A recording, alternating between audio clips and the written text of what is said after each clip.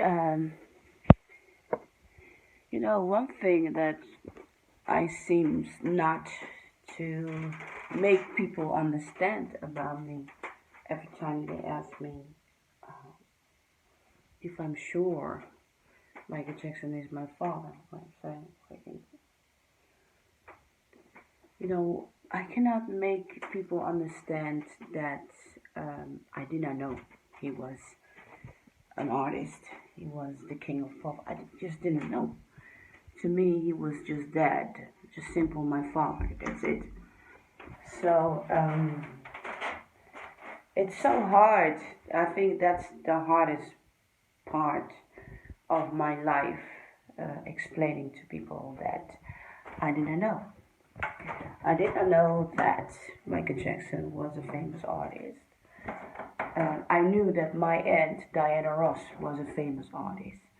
I have been to her performance a lot, and she was the famous one. But I knew that my uncles were musicians and they were amazing, just like family time playing music. I understand that.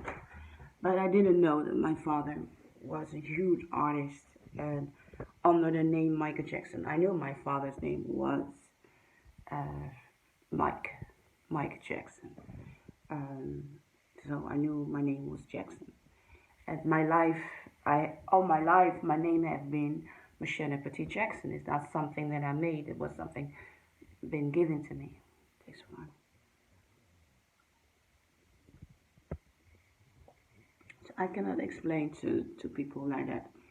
So when I was kidnapped in 1984, I there was the moment that I realized that I was different. I was special. I was different, and my life was different. I mean, many people need to understand and realize I was 9 years old when I found out that my father was Michael Jackson. What does a 9-year-old child knows about the world? Nothing. I didn't know nothing about the world. I was trying to find out what the world was about when I was 9 years old. And then I was kidnapped. And I was adopted by an adoption that legally had been ended. And then I started to investigate my own father.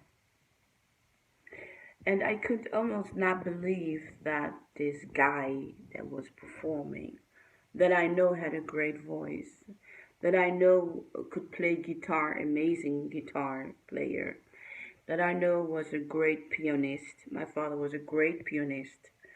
That I know was a very good drummer. My father could play drums very well.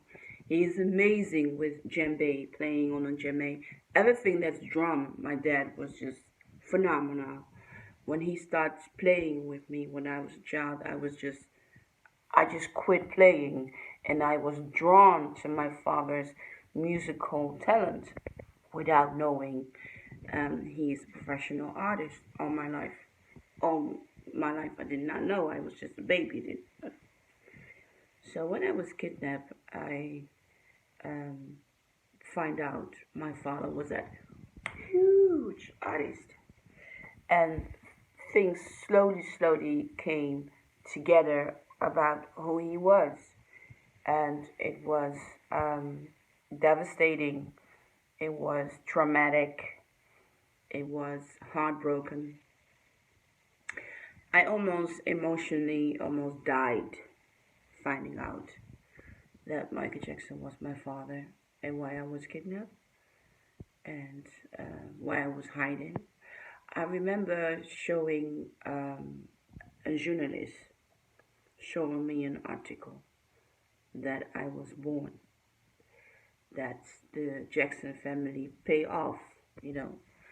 I when the world find out that I'm really DNA related Michael Jackson's daughter, I know I will go into the history of one of the biggest secrets that scares me like hell. But anyway, I cannot change that. So personally, it's really devastating for me.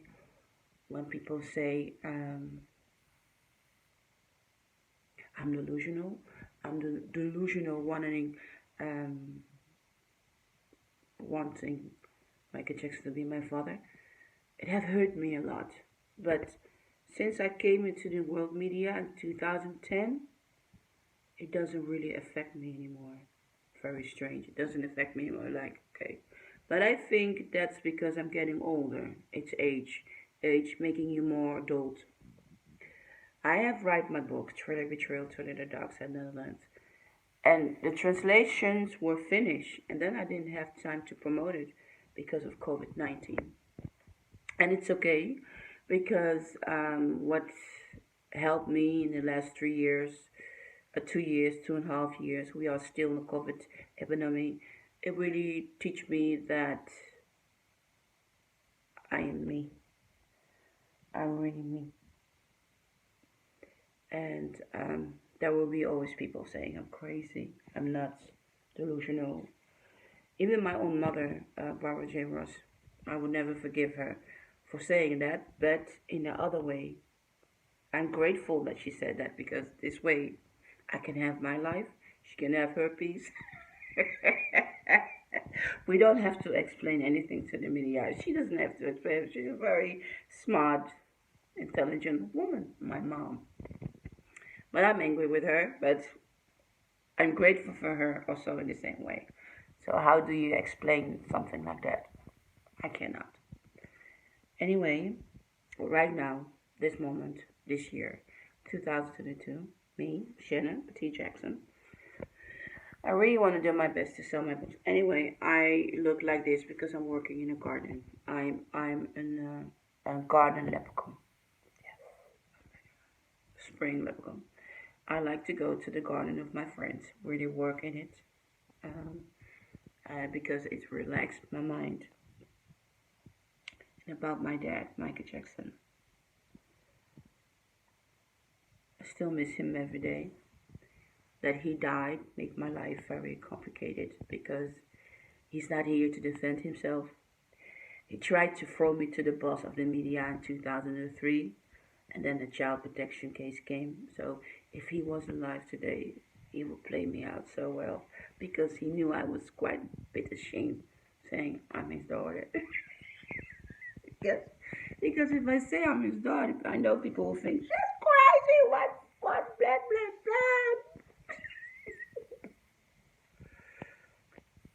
This year is 13 years. He died. Miss him every day. It's very hard. It's just really hard. It doesn't get easier. It just gets, you just find a way to deal with it, but it's not getting easier.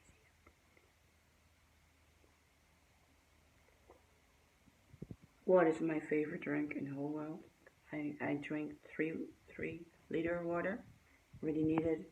If I don't drink 3 liter water a day, I really get headache.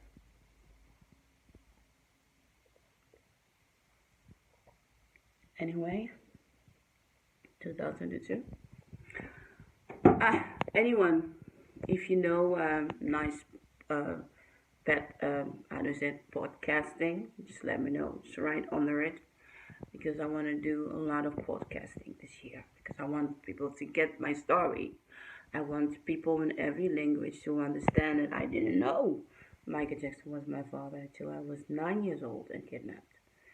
And my story is my story, not Michael Jackson's story, my story. And God, I wish he was here today that he could tell you it himself. And about the Jackson family, I know that they love me. I know. Not everyone loves me, but I know there are some who really love me. And I want them to know that I know.